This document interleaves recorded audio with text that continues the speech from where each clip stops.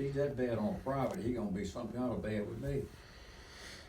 So when he came back, he said, let me get me a Coke and a nab, and, I'll be giving you the oral while we're doing that. He said, what's the best single engine rate of climb with an airplane? I said, 120 knots. He said, you're wrong. I said, that's what the book says. This guy had the personality of a bull constrictor. He said, then you read the book wrong. I said, but this airplane's got 250s on it.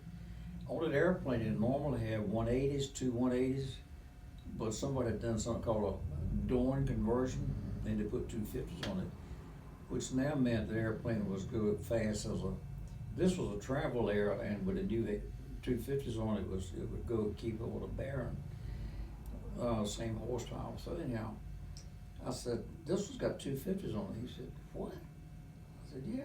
He said, I never heard of such a thing. I said, well, it's got 250s on it. He said, okay, I'm wrong. So he said, I don't want to see your logbook. I don't care who recommended you. I don't care how many hours you got. I'm gonna give you one maneuver, and if you can do that, we're gonna get along real good. I said, okay. I want you to go up to 5,500 feet. When I tell you to set up for landing, I want you to land on an imaginary runway that's 5,000 feet above sea level. And when you get ready to land, there's gonna be some cows walk across the runway, and I'm gonna ask you to go around. So he said, all right, I'm gonna sit 55. He said, all right, land. So I got the gear down, got the flaps down. I'm looking at the dial altimeter, got ready to flare, and he said, you just killed some cows. Try it again.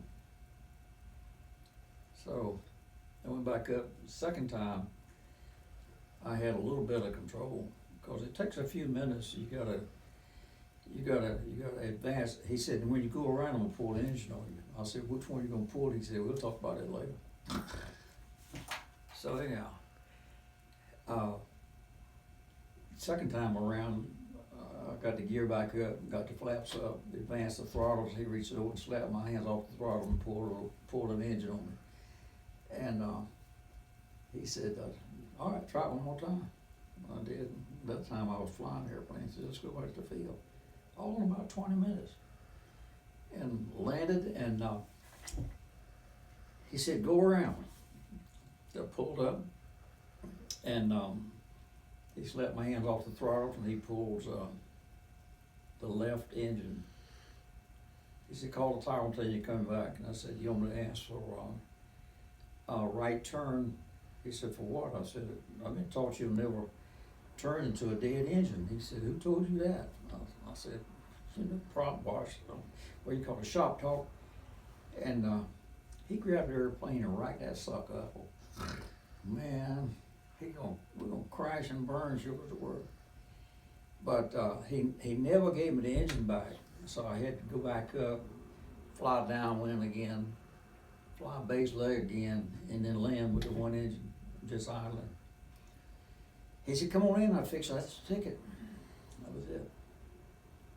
And I had put people through that same maneuver, people like Ray Matthews, that had far more hours than I've ever had, some other people, and they couldn't fly that maneuver initially either, because there's so much going on at one time.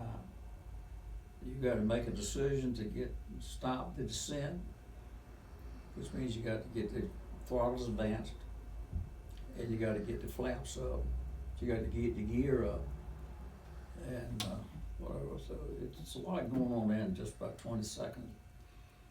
But he said, come on in, I'll take you. And in fact, Carolyn was out there today. She watched me as I came back in, and she took me a picture with that. You see my certificate hanging out the door of the airplane? Okay. There's some girl in today's paper that graduated from West Forsyth in 1990. What year did you graduate? 90.